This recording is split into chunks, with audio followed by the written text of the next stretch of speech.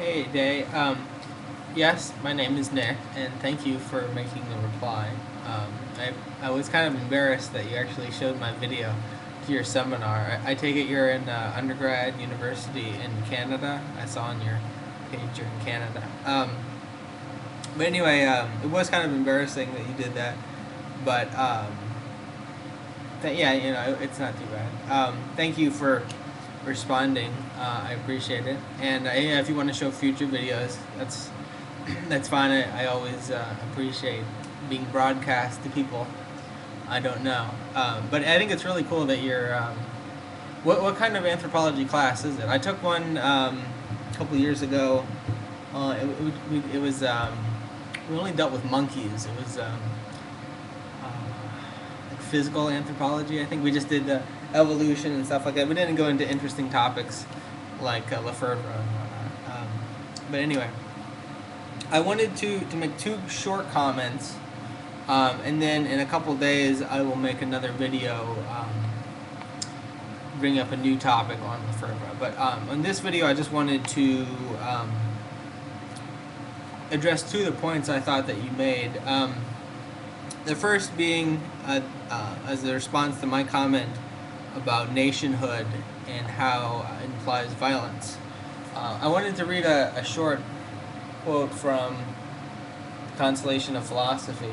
This occurs in Book 2, Prose 5, where Boethius is talking to philosophy, and she says that this is philosophy.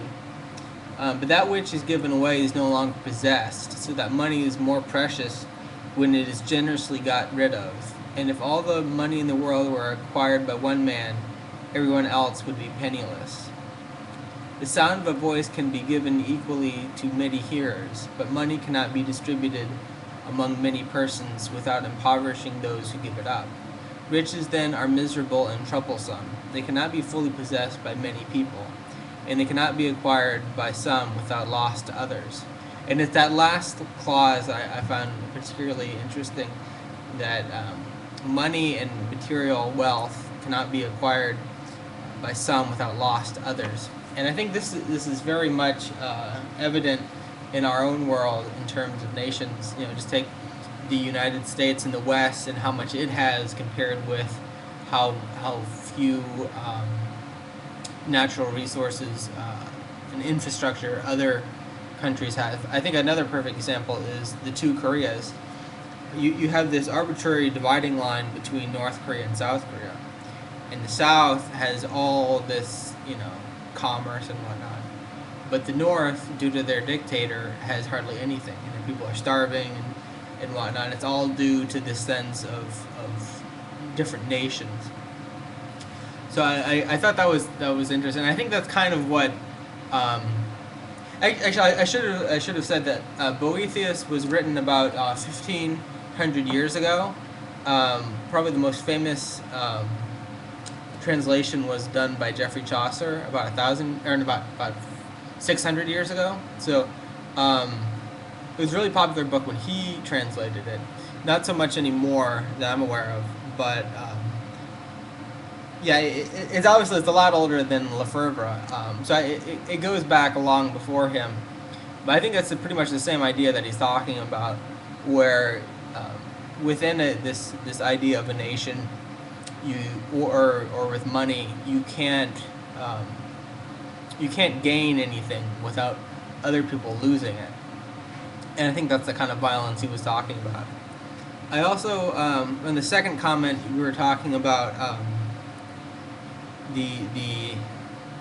I haven't read anything of Cartesian space, but it reminded me a lot of this article I read last year, and I'll post up the link to it.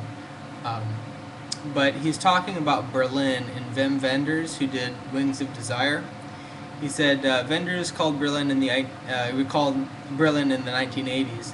He stated that there are innumerable gaps all over the city with walls that do not exist in other cities, so that there are these empty, unoccupied spaces in between, barren land, derelict land, even in the inner city areas, places where nothing happens. There used to be a place in Berlin where we put a circus for a film. turning to the question of how the future capital of Germany was to be reconstructed. Remember from the okay. Let's see, and then Derrida suggests that the city has to remain not only open to aliens, but as a place for hospitality in the future. It's not simply the physical occupation of space. Openness has to do with the dimension of symbolic linguistic possibilities. The city I would like to live in is a city I could easily leave. So I insisted on the principle of having the openness of the city.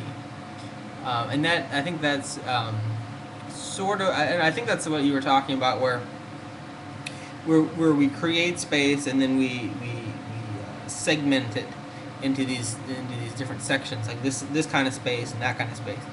Same thing with nationhood, or even with states, where the idea of, say, Quebec or California, where I'm from.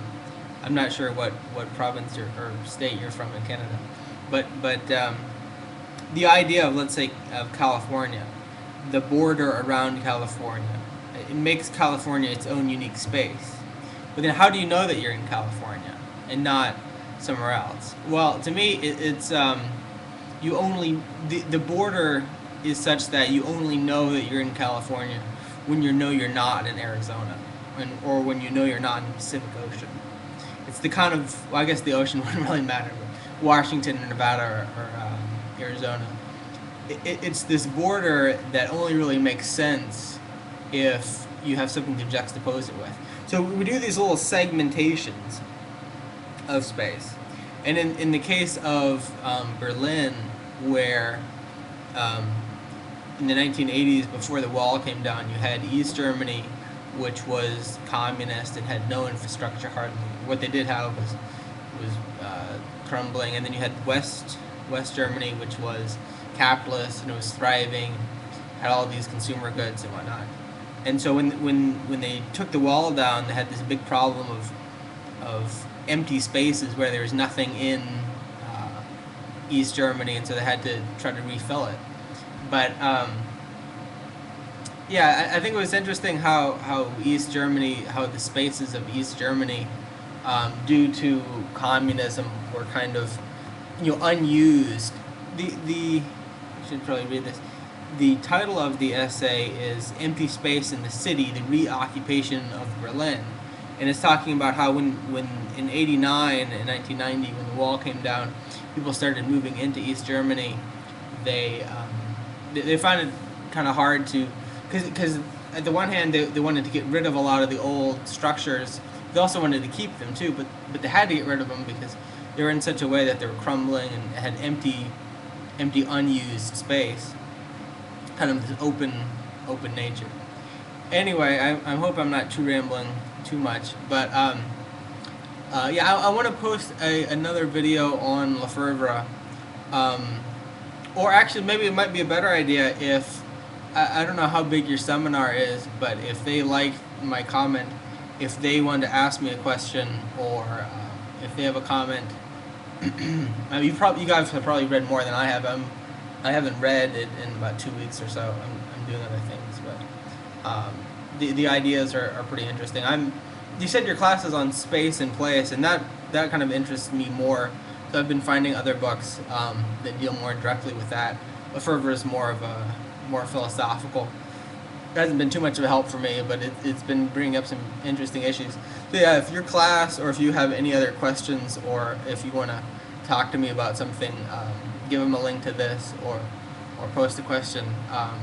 And maybe I'll post a video too, if I get around to just like asking another question or bringing up another point I found interesting in what I've written so far.